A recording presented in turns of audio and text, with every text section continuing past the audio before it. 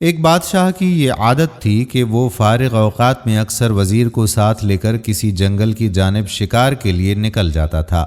آج بھی بادشاہ فارغ ہی تھا۔ اس نے وزیر کو پیغام بھیجا کہ شکار کے لیے تیاری پکڑو۔ کچھ ہی دیر کے بعد بادشاہ اور وزیر دونوں شکار کے لیے نکلے۔ جب بادشاہ جنگل میں داخل ہوا تو اس نے ایک درویش کو دیکھا جو اپنے آپ میں ہی مست تھا۔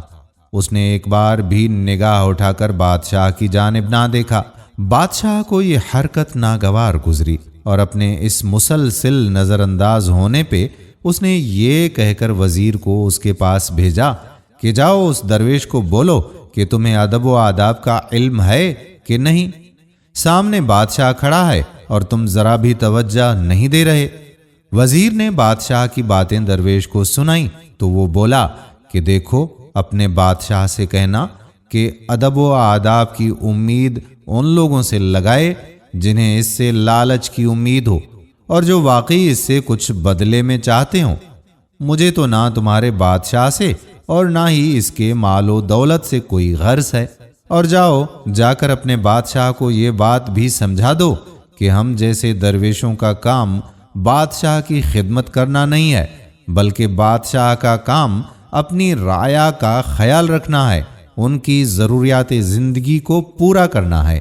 میری بات سنو، ایک بادشاہ چرواہے کی طرح ہوتا ہے اور بکریوں کا ریوڑ اس کی عوام۔ کیا تم نے کبھی سنا ہے کہ بکریاں اپنے چرواہے کی حفاظت کرتی ہیں؟ نہیں نا، چرواہے کا ہی کام ہے کہ وہ بکریوں کا خیال رکھے، اور یہ جو بادشاہت ہے یہ تا حیات رہنے والی چیز تو نہیں ہے۔ موت بادشاہ اور فقیر کا فرق مٹا دیتی ہے۔ کیا تم قبر کے اندر موجود انسان کو دیکھ کر پہچان جاؤ گے کہ وہ بادشاہ تھا یا وہ فقیر تھا؟ وزیر نے واپس آ کر درویش کی ساری باتیں بادشاہ کو بتائیں تو بادشاہ کو اس کی باتیں بہت پیاری لگیں اور وہ اس سے خاصا متاثر ہوا اور درویش سے بولا کہ اگر کبھی کسی چیز کی ضرورت ہو تو بلا جھجھک مجھ سے مانگ لینا، تمہاری خواہش پوری کر دی جائے گی۔ وہ بولا کہ میری ایک ہی خواہش ہے کہ میرے پاس آنے کی تکلیف پھر کبھی مت کرنا۔ بادشاہ بولا کہ اچھا، مجھے کوئی نصیحت تو کر دیں۔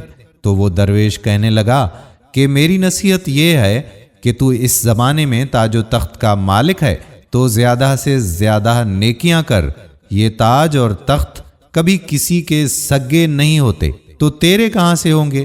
آج تو ان کا مالک ہے، کل یہ تیری اولاد کی سرپرستی میں آ جائیں گے، اور کچھ سالوں کے بعد ان کی اولاد اور ان پہ حکمرانی کرے گی۔ اور یاد رکھ، یہ حکومت اللہ کی طرف سے ایک امانت ہے، کوشش کر کے اس امانت میں خیانت کبھی مت کرنا۔ اور یاد رکھ، اس دنیا میں اصل مالدار وہ ہے جو نفع کا سودا کرتا ہے، اور یہ ایسا سودا ہے کہ جس میں انسان کبھی بھی نقصان نہیں اٹھاتا۔ دوستو، اللہ تعالیٰ سے دعا ہے کہ اللہ تعالیٰ ہمیں اپنے لوگوں کا خیال رکھنے کی توفیق عطا فرمائے اور ہمارے حکمرانوں کو ایسا بنا دے۔ آمین ثم آمین یا رب العالمین۔ ویڈیو پسند آئی ہو تو اپنے دوستوں کے ساتھ شیئر ضرور کر دیں۔ آنے والی ویڈیو تک قادر بخش کلہوڑو آپ سے اجازت چاہتا ہے۔ اللہ حافظ۔